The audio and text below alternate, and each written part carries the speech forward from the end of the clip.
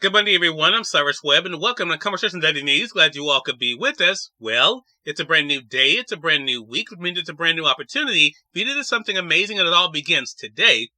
Also, this week, we're saying goodbye to February and welcoming in March, if you can believe that.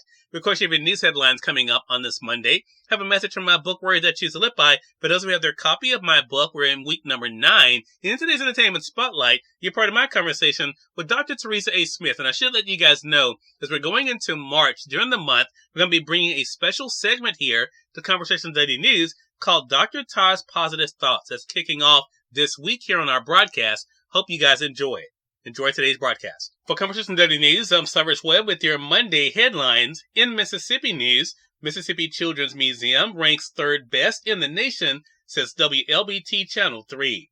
Our state has another thing to be proud of when it comes to learning and fun, says WLBT. The Mississippi Children's Museum is named the country's number 3 children's museum by USA Today. Families flock to LaFleur's Bluff to learn and make lifetime memories. He's big in the interactive things he can play with, touch and hold, said John Howell. He loves it here. Friday was Howell's 3rd visit to the Mississippi Children's Museum with his son, 3-year-old Cooper, and his wife, Laura. The Brandon geologist is also happy to learn that USA Today ranks it the number 3 children's museum in the country. It's great to have something in our state to be proud of and to look forward to coming to, and somewhere for our kids to have a good time, and somewhere to come and play, says Howell. That play is structured to incorporate learning. 225,000 families from across the nation visit the museum each year. We're thrilled for the children of the museum because they deserve the very, very best, said the Mississippi Children's Museum President, CEO Susan Garrard. The ever-changing exhibits and educational resources for teachers and children make it the largest cultural and educational institution for children and families in the state. People from all over the country were voting for us, and I think that probably is a testament to our tourism strength and our impact that we bring to our community and to our tourism community, said Garrard. 20 children's museums in the country were nominated. It's really, really special to be able to have a museum in our community, in our state, that we can come to and utilize, and somewhere for our kids to come out and have a good time, added Howell. For 14 years, the museum has grown, and families say earned top honors in the 2024 Reader's Choice Travel Awards. In national news, Early Start, CNN This Morning, and CNN News Central have officially bid goodbye to viewers accustomed to watching them in their respective time slots. Starting today, the network launches a new morning schedule. As announced in early February by the CNN chairman, Mark Thompson, the morning hours of the network will look different due to the production of the early morning, and mid-morning day parts, now originating from CNN's world headquarters in Atlanta. This shift in production resulted in the expansion of the Early Start with Casey Hunt, hours, and the cancellation of the Poppy Harlow and Phil Mattingly-led CNN This Morning. Both of these shows were produced out of CNN's New York offices. Early Start is being renamed CNN This Morning and will air from 5 to 7 a.m. Eastern Standard Time, and CNN News Central, which aired from 9 to noon Eastern Time, is being time-shifted to now air from 7 to 10 a.m. Following that, there will be 2 new DC-anchored shows, CNN Newsroom with Jim Acosta at 10 a.m. Eastern, and The Bulletin with Pamela Brown at 11 a.m. Eastern. In international news, after 2 years of war, questions abound on whether Kyiv can sustain the fight against Russia, says the Associated Press.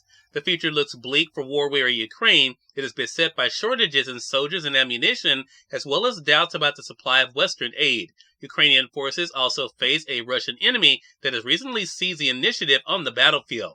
2 years after Russia's full-scale invasion captured nearly a quarter of the country, the stakes could not be higher for Kyiv, says the Associated Press. After a string of victories in the first year of the war, fortunes have turned for the Ukrainian military, which is dug in, outgunned, and outnumbered against a more powerful opponent. Ukraine suffered setbacks after the much-anticipated summer counteroffensive failed to produce any breakthroughs, as the Associated Press.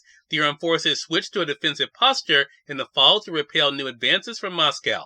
Ukraine is looking to acquire more long-range missiles to strike deep into Russia-occupied territory, a move that some European countries fear may spark escalation from Moscow. In business news, Wall Street clings to modest gains and marks another winning week, says the Associated Press. Stocks clung to modest gains on Wall Street Friday, giving the market another record high in a winning week.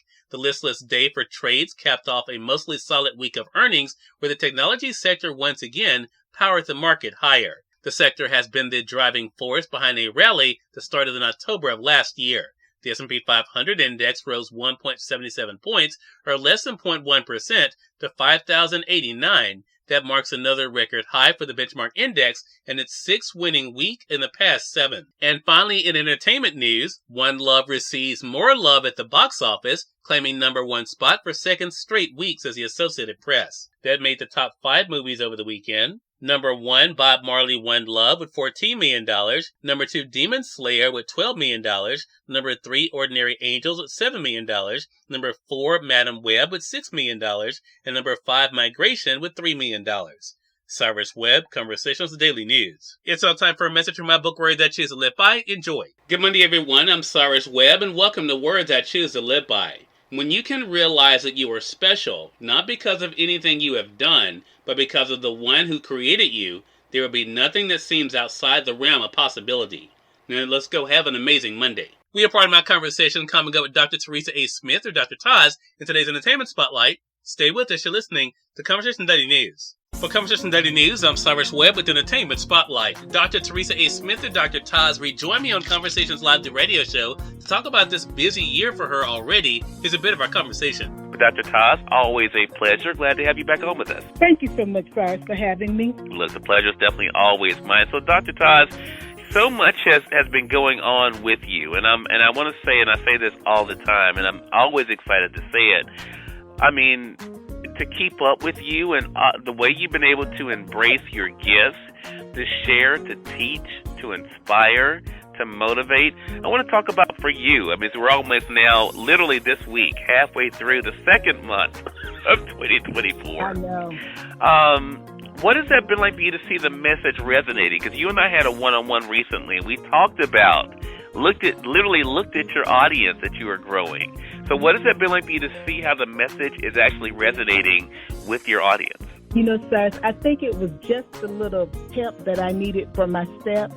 Because, you know, sometimes when we do this work, we don't know if it is resonating with people and, you know, trying to figure out what lane should I be in. And so during our one-on-one, to see that the message is resonating and seeing who my audience is and what they're wanting from me, for me, it was very validating because I've been trying to figure that out. And to be able to see it with the metrics, I'm like, okay, you're on the right path. So continue that evolution, because there are people who are benefiting from what you're doing. So I am humbled. I am excited.